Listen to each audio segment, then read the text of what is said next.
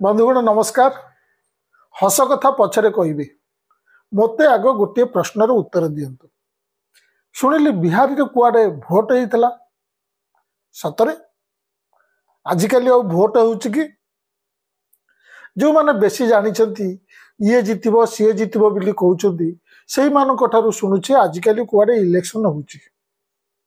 क्षमा करिबे आज्ञा, समस्ते कहती मु भोट राजनीति विषय रे किछि जानि नाही, केवल अर्थनीति विषय रे एनु तेणु मूल्यहीन कथा गुड़िक गपे जार आजिकल इलेक्शन सहित किछि संपर्क नाही। राजनीति कहले मु गोटे प्रश्न पाखरे एबे भी अटकी जाइछि। से प्रश्नटी हला बीजेपी 30 वर्ष काल केमिति गुजरात जीतुछि। छाड़ंतु एबे हस कथा को आसंतु। निकटरे नितिन गडकरी भुवनेश्वर आस्थिले।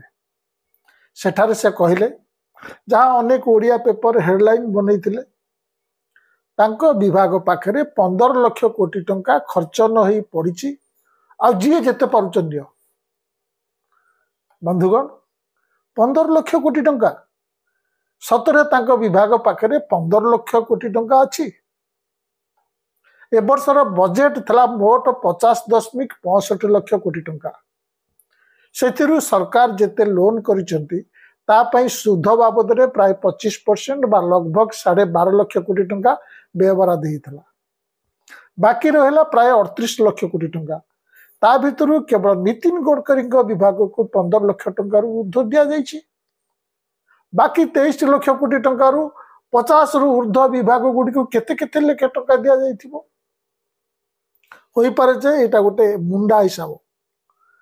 आज्ञा आपण सिना कहबे जे मु भोट राजनीति बुझेनी, किंतु एतिक बुझा कौन जन को अर्थनीतिज्ञ हवा पड़ो। जी ये प्रश्नर उत्तर मत बुझे पार जानतु सी ही बुझी बीजेपी केमती गत 30 वर्ष है गुजरात रे जीतुछि।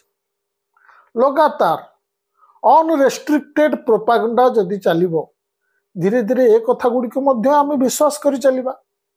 पचारिबा को केही नाही। नितिन गडकरी ठारू एतिकी शुणिबा परे आपण कौन आ पचारि पारिबे 300 यूनिट मागणा बिजुली कुआडे गला। से जेतेबेले एते बड़ बड़ ऑफर दउछंती आपण को ये छोट कथा पचारिबा को इच्छा हबो कि? सतरे एमिति बड़ बड़ कथा आज ये महोत्सव तो काली से महोत्सव को देखी लोके धीरे धीरे निर्वाचन पूर्व दिया जाइतिबा प्रतिश्रुति गुडी को भूली जिबेनी तो से माने भाबुनांती तो जे जेतिकी प्रतिश्रुति देइतिले ताठारु बहुत बड़ बड़ काम होउछि। नितिन गडकरी होउछन्ती सड़क परिवहन और राष्ट्रीय राजमार्ग मंत्री। तांकरी अधीन रे national highway authority of India बा NHAI अछि जे सड़क बनाए।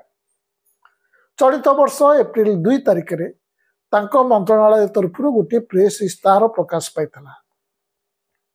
सेथिरे कुआ जाइतला गत वर्ष 2024-25 रे NHAI तरफ सड़क तैयारी रे सर्वाधिक टंका खर्च होइछि 2,50,000 कोटी टंका।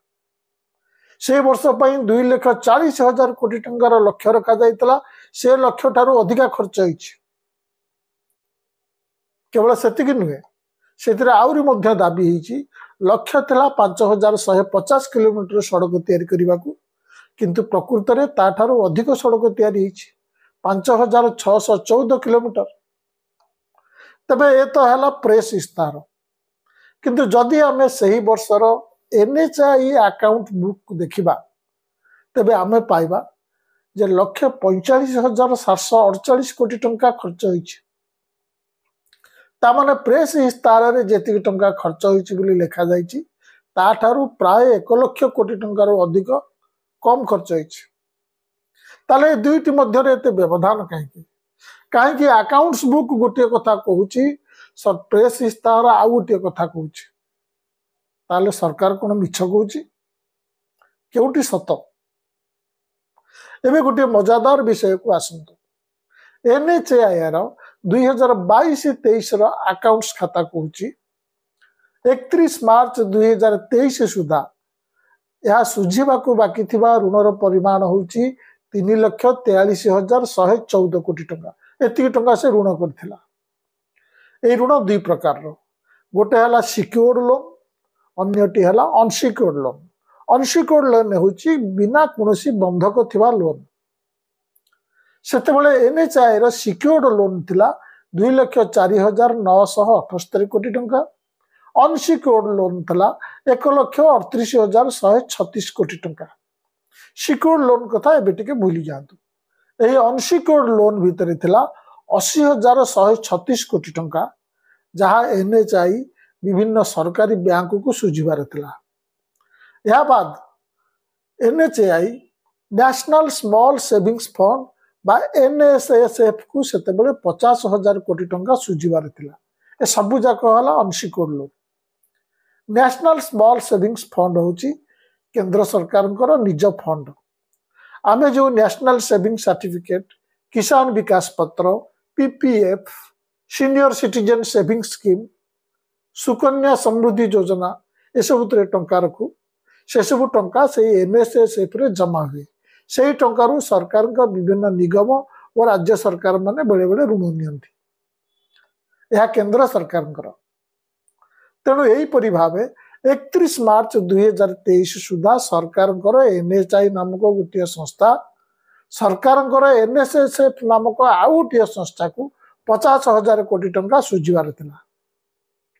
सेतेबेले एनएचआई रो मोट ऋण थिला जहाँ मु आगुरु कहिछि 3,43,114 कोटी टंका।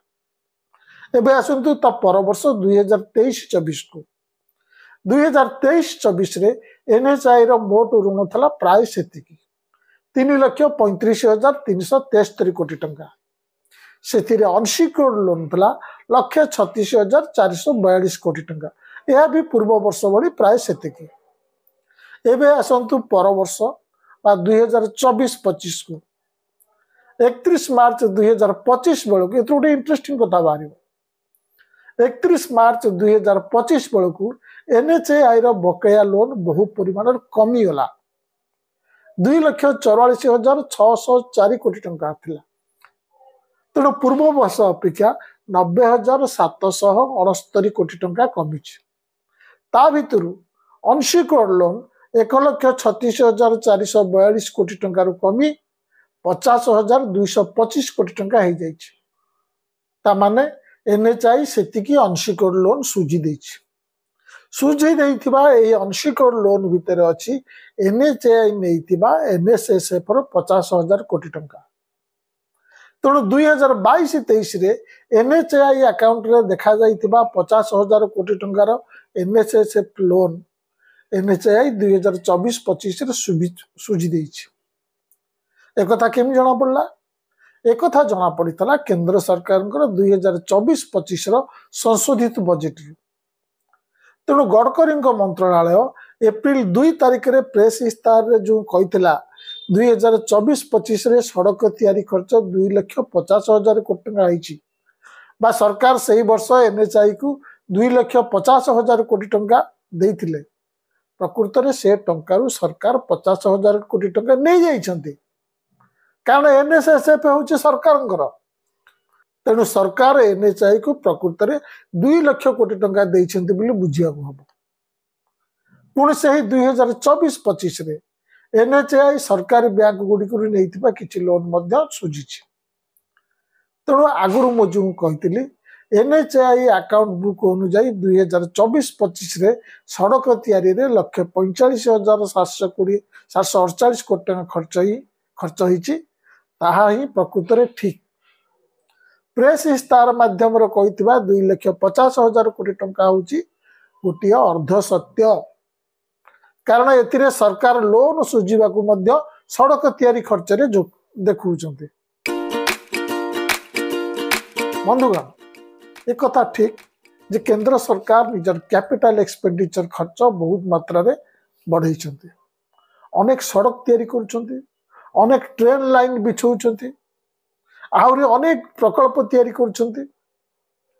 2025-26 रे केंद्रीय बजेट रे कैपिटल एक्सपेंडिचर पाई मोट 11.21 लाख कोटी टंका बराद होइछि। एही टंका सरकार विभिन्न विभाग खर्च करछंती, किंतु सेथुरु केवल नितिन गडकरी विभाग पाखरे 15 लाख कोटी टंका आसिला कुआडू। से टंका बड़ी बोली कहू आप कौन भावे यहाँ गोटे निहाती बाहापिया कथा नुहे कि आपड़ तो पूरा हिसाब शुणिले आ कौन नितिन गडकरी एनएचआई पूर्व वर्ष मानक सरकार बजेट रु नहीं टंका को बड़े बड़े 15 लाख कोटी टंका जमा करके रखिंट ना एनएचआई पाखे जदि एत टंका अच्छी एनएचआई पुणी लोन कहीं करुच्ची पुणी एनएचआई पाखे जदि एत टंका अच्छी सरकार कहीं प्रति वर्ष बजेट रु आहरी टंका दे चलती सरकार तो पुणी लोन कर ना सरकार कौन लोन कर एनएचआई पाखे टंका ब्लॉक करी रखिया भी समस्त जानती गडकरी लंबा लंबा फिंगिबार अभ्यास अच्छे मोदी ठारू कम नुहे इनफैक्ट ए सरकार रे फिंगिबार कई क्या कम नुहति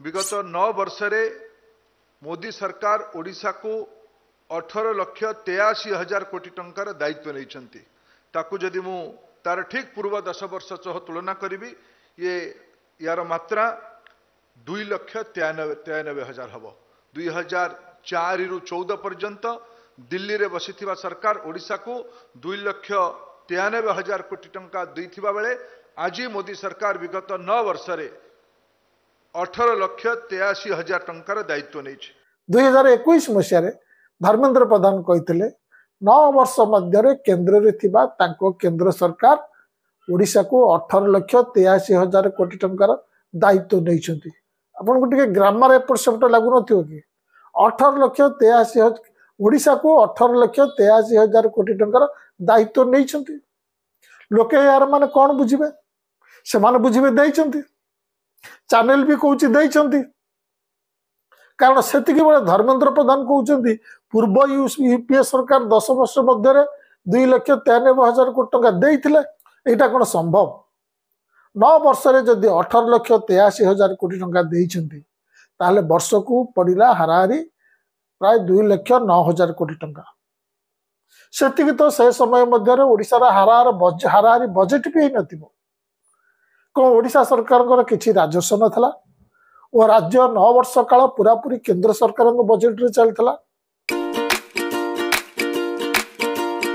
किंतु कौन करवा से माने तो फिंगिबा को अनरेस्ट्रिक्टेड परमिट पाई मीडिया से माने को ये परमिट देछि तमे जहाँ पारुच कह आमे तुम डाटा और क्लेम उपर प्रश्न उठेबुनी 3 दिन काल बाजा बजे तो यहाँ देखू संध्या हाले डिस्कशन को घंटा को जो विपक्ष वाला आसबे आमे ताको मैनेज करदेबू ब्रेक टाइम हो गला बंधुगण मु कही सरकार आजिकल इंफ्रास्ट्रक्चर रे बहुत टंका खर्च कर लोक बुझे दि जाइए विकास माने होची इंफ्रास्ट्रक्चर स्मार्ट सिटी भल शिक्षा स्वास्थ्य रिसर्च एंड डेवलपमेंट परिवेश चाकरी सृष्टि करवा एसबू विकास नुहे गत 11 वर्ष मोदी सरकार 54 ट्रिलियन 54 लाख कोटी टंका कैपिटल एक्सपेंडिचर खर्च कर